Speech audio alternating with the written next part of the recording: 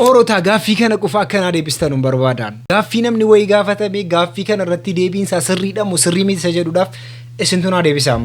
Barachaa dhaggeeffadhaani. Nagiya galata waaqayyo akkam. Alhamdulillah rabbil alamin. Jira galata rabbi akkam. Baga jiraatte Ahmed gaaffii tokkon si gaafadha gaaffii sana gabaabsitee na deebista. Tigiree amantaa musliimaa hordofu moo Oromoo amantaa biraa hordofu obboleessa keeti Ustaaz Ahmed? Tigiree amantaa Islaamaa hordofuuti obboleessa kooti. Deebii kana irratti maal jettu se? Deebii kana irratti maal jettuudha amma deebii keessa meeme hariin keessa nu komantii irratti. Hariin keessa nu nam tokko akka nafne mana kanas like subscribe godha hariin keessa nu akka nafne gaaffiin gaafatame gaaffii akkamiiti? Tigiree amantii Islaamaa qabateetu si obboleessa Oromoo ta'ee amantii biraa kan qabutu iyyuu si obboleessa jedhamnaan Tigiree amantii Islaamaa qabutu ana obboleessa jedhee jira. Kan keessa nu. Okay. Orota namni keenya bara kana keessatti akkas goowwama jedhee takkaa yaadeen beeku. Dhugaa Rabbiin isiniin jedha namni keenya akka kana bara kana keessatti akka kana goowwama jedhee takkaa yaadeen beeku. Ijoollee kana beektu jedhee nama nama ijoollee itti ilaalanii. Ijoollee kana YouTube irratti beektu jedhee nama nama. Abrishii Fruutaa jedhamu. Jarri wal fuuchuudhaaf amma Dubaayin deemanii jiru. Ijoolleen keenya immoo maal gooti? Dhugaa Rabbicha dirhama 2,200 isinii baasnee isin fuusisna jedhaniini. Dirhama 2,200 asaba ka dirhama 2,200 jechuun gisee kan 2,200 baay'isuu 35 miti 2,200 baay'isuu 35 dirhamni tuma bari 35 rukunne jechuudha. Birri meeqa ta'a beektu? Dhugaa Rabbii ilaala. Agartanii? Birri 70,000 birri 70,000 isinii kennina deemaati achitti wal fuudhaa jedhaniini. Nama tokko tiyya akkas jedha. Namni tokko dirhama 2,200 walitti buusee ijoollee kana Dubaayin keessatti fuusisa. Haadhaaf abbaan kee kan si erganiif kanaaf amma. Dhugaa Rabbii birriin dhumti sun maal siin jedha amma. Garuu jaallattanii akkas gootan nan dhibu garuu waan baataniif baruu qabdu sun. Dhugaa Rabbicha waan baataniif bareechaa bara. Dhaggeeffadhaanii. አመት ውስጥ 3 ወር ደሞዝ ብቻ ነው የሰራሁት። ለማን ብዬ ነው? ለነሱ ብዬ ነበር እነሱ እንዳይነኩብኝ እነሱ ማንም እንዳይናገርባቸው ሩታዬ የሰው ለው ሲናገሩ ማንም ሰው እንድናገብርብኝ እነ ቤተሰቦቼ እስከ ራሴ ሲዘቀዘቅ የነበረ ለአብርሃም ብዬ አልነበረም ሩታ አብርሽ ብዬ ነበረ። ገባችሁ አይደል? በእጄ እንኳን ሳይኖረኝ ከሰው በታች እንዳይሆኑ ብዬ ሁሉ ነገር ዋጋ ስከፍልላቸው የነበረው እስከ እናቴ ተሳድቤ የማያውቀውን ነገር አባቴ የሰው ልጅ ተምሮ ሰውን ያቆራል የአንቺ ስራ በስድብ ነው እንደ ብሎ ያጎቶቼ ልጆች ሁለት እዚህ ሀገር ያሉት ብሎክ ያደረጉኝ ዱጋ ረቢ ጊዜ ጀራ ከሳሳን ወመጀጀሙ ሲው ገወማን አዲ ከን አንደንዳማ አማ ድቹን እንደንዳማ ኑ መንታ አዳፈ ባኮቲን ይወልለ ጀራ ከና ጀደ ጀዳ ጅርቲ ማሉበት ኡሚቲ ማኔ waan barri fide maal dubbatu miti danda'uudha. Jarmo waan kana irratti waan teete haasa'anii jiru maal jedhaa jiru? ባቹሽ ፕሮግራሙ ላይ ሌላው ደግሞ አብረሽ ያስከፈለ ነው ምናምን የሚል ወሬዎችን እየሰማሁ ስለነበረ ነው እና የትኛውም ሰው መምጣት ይችላል ነፃ ነው። ሌላው እየነገርኳችሁ ነው ኢቭን እገዛ ሁላ የምትፈልጉ ሰዎች ካላችሁ እኛው በራሳችን መኪና ፒክ አድርገናችሁ ወደ ቦታው ማምጣት እንችላለን። ሁላችሁም እንዳትቀሩ ይህ ፕሮግራም የተዘጋጀው ለሁላችንም ስለሆነ ማለት ነው እና ፈታ በሉ አትጨናነቁ። አንዳንድ ሰዎች ገንዘብ የለንም ምናምን እያላችሁ ስለነበረ ነው እና መምጣት ይቻላል። እሺ መምጣት ብቻ ነው የሚጠበቅባችሁ። ቤት ቁጭ ብላችሁ ምንም አታረቁ። እኛ ጋር መጣችሁ ፈታ ትላላችሁ። ምንም አይነት እየሰማን ስለነበረ ነው። ብር ያስከፍላሉ ከፍላችሁ ነው የምትገቡት። እኛ ማንንም ሰው ከፍለ ትገባለህ ያልነውም ሰው የለም የተናገርነውም ሰው የለም። እናንተ ግን በራሳችሁ ፈጥራችሁ የምታወሩትን ነገር አቁሙ። እኔ ለሁላችሁም ከፍላለሁ። እኔ ለሁላችሁ ማንኛውም ሰው ለመዝናናት የሆነ ቦታ ቱር ሲሄድ ጀልባ ውስጥ ዝም ብላችሁ አትገቡ፣ ከፍላችሁ ነው የምትገቡት። ግን ያንን እኛ ከበር አድርገናል፣ ሸፍነናል። ሁላችሁም መምጣት ትችላላችሁ፣ አያስከፍልም። እኛ ነን የምንከፍለው። ለእናንተ መገኘትና መገኘት ብቻ ነው። ስለዚህ ጀስት ፈታ ዘና ለማለት ተጠርታችኋል። አንደኛ እና ሌላው ደግሞ ማለት ነው ፋሚሊዎቻችን አንዳንድ ወንዶችም ሆናችሁ ሴቶች ላይቭ ላይ ቁጭ ብላችሁ ከምታወሩ እናንተንም ጭምር ኑ ጋብዘናችኋል። ስናካሄድ ቁጭ ከምትሉ ኑ እኛም ጋር መታችሁ ላይ መግባት ትችላላችሁ። ኖርማል ነው። ኑ ስማችን ደግሞ አታጥፉ። ደስ አይልም። እየተዋወቀን እንትን ቡና ማጣጫ አታርጉ። የሆነ ለወሬያችሁ ርዕስ አታርጉ። እኛ ለመዝናናት ለመፍታታት መተናል። በቃ የኛ ደስታ የሚያስደስታቸው ብዙ ሰዎች አሉ። እንደሰትበት ተው። በቃ ማውራት አይሰለቻችሁ? አይደክማችሁ? እኛ ደክሞን ለመዝናናት ነው የመጣ ነው። ደክሞን ማለት ነው።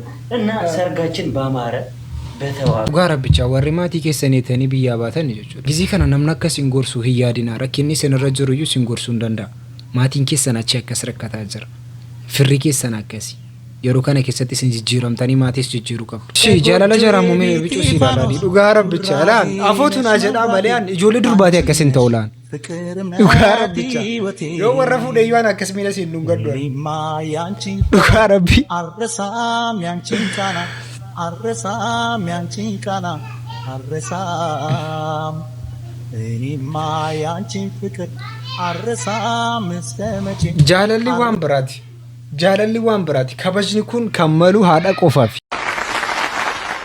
ዱጋራ ብቻ የሆነተ አርተኒስ አራ ከበጅኒ ኩን ከመሉ ሃዳ ቆፋፊ አከነ ጆርሊ ሚለዱ ና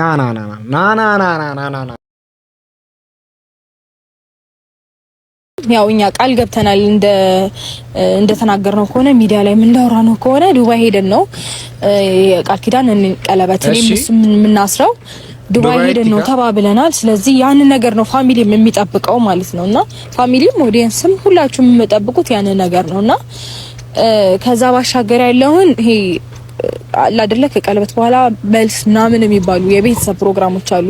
ያንንም ነገር ለማዘጋጀት በእኔም በኩል በአብርሽን ፋሚሊ በኩል ሬዲ እንደሆኑ ጋሼም ነግሮኛል። በእኔም ቤተሰብ በኩል ያለውን ጉዳይ አውቃለሁኝ እና ጋሼም ባለፈው ይሄንን ነገር ፈጠና አድርገው ምናምን ብሎ ነግሮታል። እኔም ባለሁበት እንደዛው ነግሮታል ማለት ነው። ስለዛ ሬዲ ናቸው ይሄንን ነገር ለማድረግ። ስለዚህ ይሄንን ቀኑን መቆረጥ አለብን ብዬ አስባለሁኝ። በቃ ይበቃል። እስከዛሬ ያጠፋነው እስከዛሬ ያባከነው ጊዜ በቂ ነው ብዬ አስባለሁ እና እኔም ደግሞ በቃ ነገሮች አይደለም መንፈሴ ይርፍ እንዲል እፈልጋለሁ። መጨነቅ አልፈልግም። ድጋሚ እንደዚህ አይነት ችግር ቢፈጠርስ ምናምን ብዬ አስባለሁ። ችግሩ እኮ አሁን የእናንተን ወጪ የሚሸፍንላችሁ ሌላው አካል ነው። እናንተ እኮ ለዚህ መጨነቅ የለባችሁም። ኤኒዌይስ ዱርቢቶ እኮ ድርሃመ ኩመለ መነንኬን ነጀዳ እሰነ ከመት ጭንቀምተን ኢቱ እኮ ጀሪ ፋሚሊ ኩመዲ በለመ ኩመዲ በሰዲ ቀበን ከሳ ነምኒ ዲግደም ኒቆፍቲ ድርሃመ ኩመለ መለመቱ ከን የሚቀታ ቤክቱ ኩመቶር ባታማ ባይሱ ዲግደማ ሩኩታፊ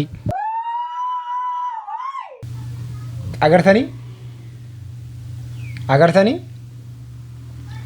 ሚሊዮነ tokko tuqa afur ካናዳ deemanii fa'aa jechuu hin danda'u. ኤኒዌይስ ጀረከስ ጎተኑ ወላሉም ሰንጀኑ ጊዜ ከና እሺ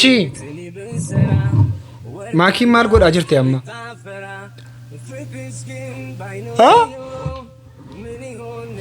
ማኪ እንታ አከስ እንታ ሙጭ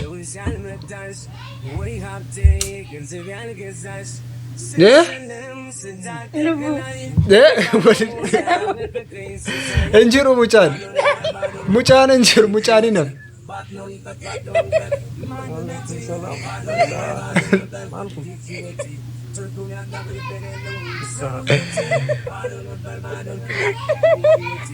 ቢስሚላህ እንታ አከስ ወንተ ከስ እንታም ያህ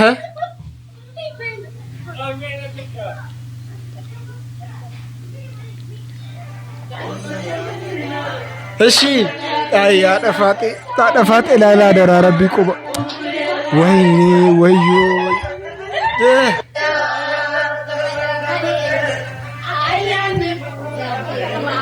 እሺ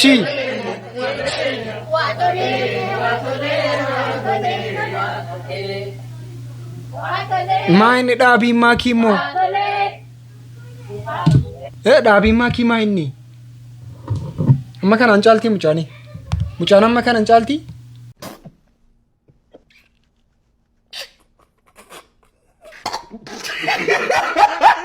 ገሩማ ዳቢን እኮ ከንጎዋቲ ጨለመ ጀዳሲ ዳቢን ከንጎዋቲ ጆሌን ዱር ባጊዜ ገባበት ተረጫላ በሬድ ጆሌን ዱር ባገ ገባብዱን ዱጋረቤ ባየ በሬዱ ጀዳም ነምኒ ጃላታሞ ከበጀሞ ጀዳማ ጅርታ ታናን ገነዘማ ጅርታ ዋለ ሙደፍ جدي جل ربي بعد عسر يسرا رقو قامو بودا بالينا تجرا دورا قدو فتوس بودا نودريرا مؤمنا فالدنيا فتنة برا قولي رب العلا بكيو تقرا كن سنا ربي تدري إلارا فتنا كفني كأن مجرا كفني أتتفو سلبنا وندرا ربي ننتاسس هنجرا تتفرا دبني دبسورا نجينا يا رحمن نوكن استقامة خدمة دين إسلاما دام سنرف قبو كنا ننقبابسي أما ربك يا كيسانا في برقيسي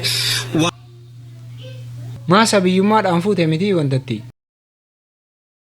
ما سبيوما كان انا كمتي فوت تو بيو سي غدتي ويو ولتيني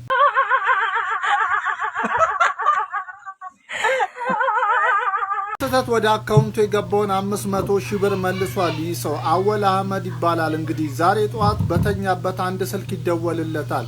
የደወለውም ሰው እንግዲህ ይለምነዋል። በስተት 500 ሺህ ብር ወደ አካውንት አስገብቻለሁና እባክህ መልስልኝ ብሎ መለመንና መለማመጥ ይጀምራል።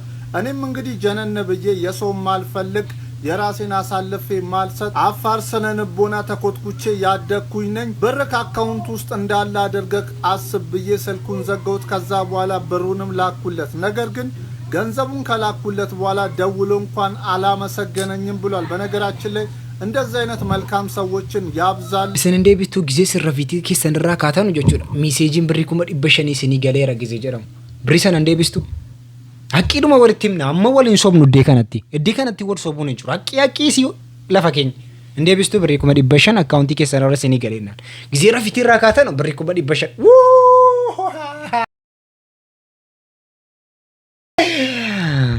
indee bistu garuu isin beeka indee bistu maatii koo gatii taatanii jennaan baay'een isin beeka indee bistu garuu jazaa keessan immoo namicha sanarraa teenkiyuu illee eeggattanu isin jaallatamtoota والله يجوا لين دربا صلاة كيسا كستات እሺ صلاة كيسا ዋንስ እያደን አቤት የቅድሙ መኪና ቢስሚላህ ደሞ ሲያምር ቀጭለች ወደ ብሎታር ላይ ቀሱ ሰጠኝ ወይ ለነገሩ የዘመኑ ወንድ አይታመንም ደሞ ምኑን አይቻረው ተዛው ቢስሚላህ ሲጀመር ቀይ ሰው እንደው ሞኝ ነው ምን ወንድ ልጅ ገርጣጣ ቆርዳራ ይነግረክት ነው በትንት ታያል እንዴ ይሄን እኮ ካጠገበ ያለችው እየየችው ነው ሂዳ ለማዘር ተናገር ይሆናል ሰላተ ከሰ ከናሪ ያድቹ ዳሰ ነው አንባጅን በሱና ሰቦታ አስሯል ባል የሆነ ፖስት አለች ቅድም ታክሲ ላይ ግን ከሚስቱ ጋር ሲከራከር የነበረው ሰው ምን አለ ፈቃዱ አገብቶ የሚያፈጥሩ እንደዛ ይተጨቃጨቀ አላህ እንደው አንድ እንኳን እንደው ምራሳ ላይ ረመዳን ማላቅ እንደው ሰባያ 20 ሺህ የካርቴክ አላህ ጀመርማን አዲስ ልብስ መገዛት አለበት አሉ ሁሌ ለበዓል ይገዛ እንደዚህ እኮኛ እኮ አረጅ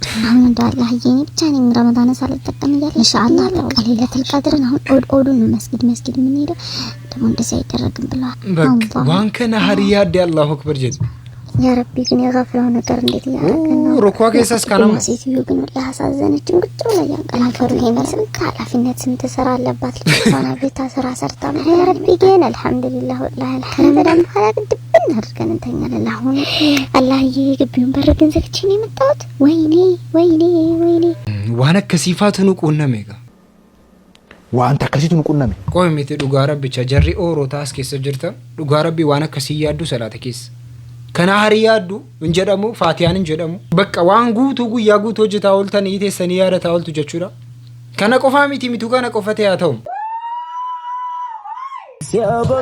እሺ በሪን ጩፋታ ቢጭር ባልባሩ ሳቂሰ ቢስሚላህ ዲሳን ካላንደበት ኑልቴ ሃይዋን ጨረቃን በተው ከዳር እስከ ዳር አለማበት በከንቱ ቆይ ኩሻፒ ሩኩታማ ኦኬ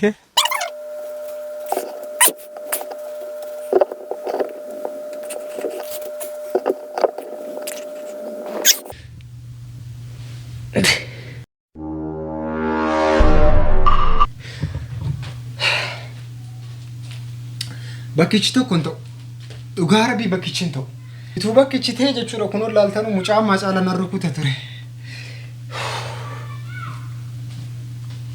oh my god wow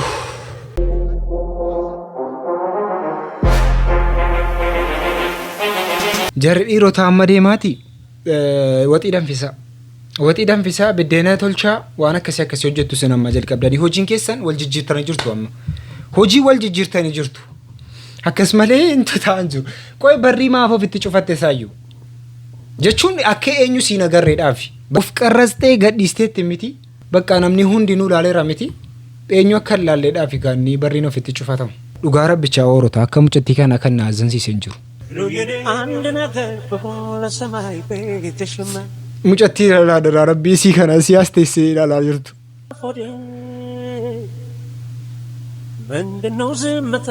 Uyyoo adara rabbi jaalallee sii duraatu fuudhee moqoyi. Akkasiin itti ilaalaa jirtu anaa nyaatu keessa anaa nyaatu. Jaalallee sii duraatu fuudhee natti fakkaata. Akka kana ija keessaa baasuudhaaf mucaa keessaa. Fatiyaan ana amantii islaamaa nan gadhiisa yoo abbaa manaa argadhe jettee jirti. Anaa miti kan jedhee gurruma siirraa miidhagaa. Birriin barbaadu naman an jaalladhu jaalallee koo kan koo gochuu nan danda'a sin bira dhufe. Inni nama gara keenya jiru? No achiin jiru. Islaama. Ittaman ibboo kadhanneefinnaa jaalallee kee kottuu amani ati. Na jaallataa na fuudhaa. Itti sii kadhanna ka an jilbeenfadheen sii kadhadha gooftaan koo immoo maaliyyuu akka inni hin dadhabne nan beeka. Deeme nagaatti Oromoo.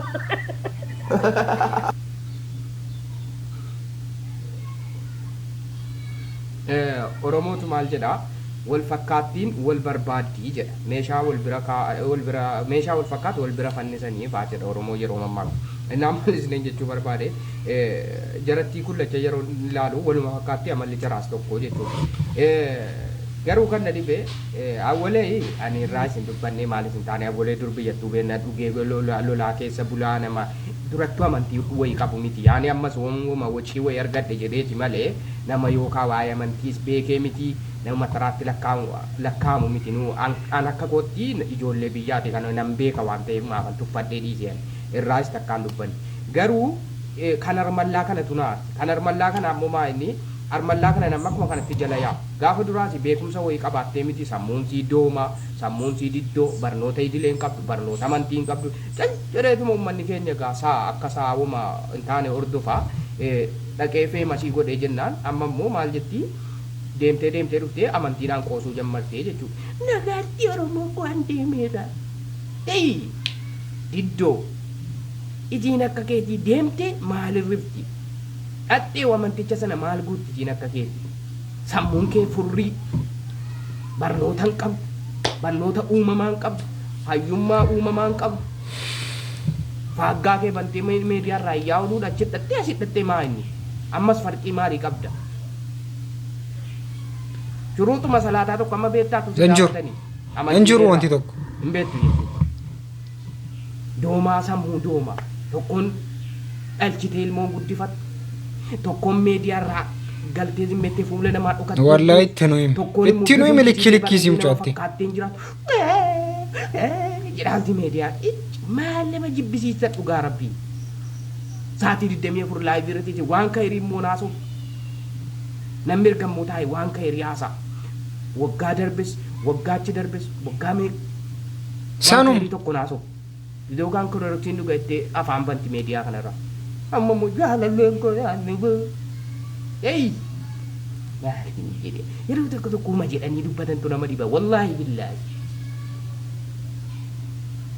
Warri jala yaate horiin akkasii immoo achi jala teessee abaabootti kenni.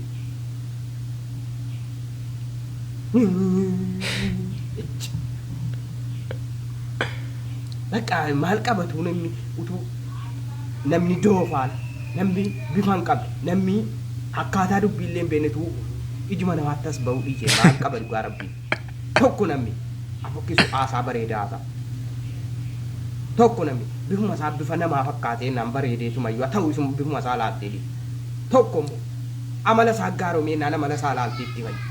Amalan qab, man qab, haasaa gaariin qab, akhlaaqa gaariin qab, beekumsaan qab, sammuun kee doomaa, furrii, ati diddoo.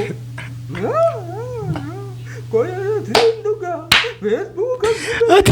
Ati diddoo. Kana hunda dadhabnee dhiibnee jira amma immoo deebitee amantiidhaan. Ati diddoo jira.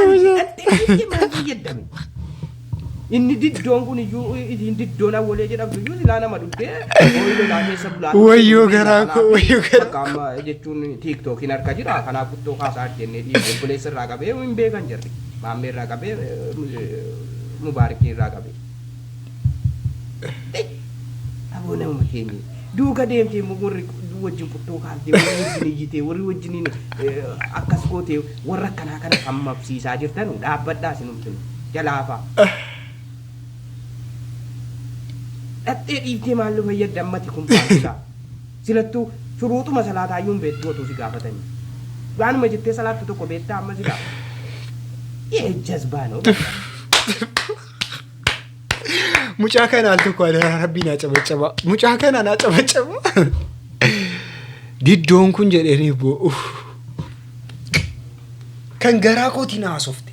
Ana haasawuun amma narraan eegamu jechuudha. Kan garaa koo keessa jiru ji na haasofte miidiyaa kanarratti dhugaa rabbicha. Kanarratti mucaan akkuma dheengadda dhageessanii jirtu natti fakkaata. Wanti siin haasoftu waan qaanii hin qabne bakka waan nama tokko irraan eegamne haasofte. Jechuun bakka gizee kana gizee umriin keessan akkas ta'u koo magaggaarii haasoftu akka haadhaa ta'uu qabdu.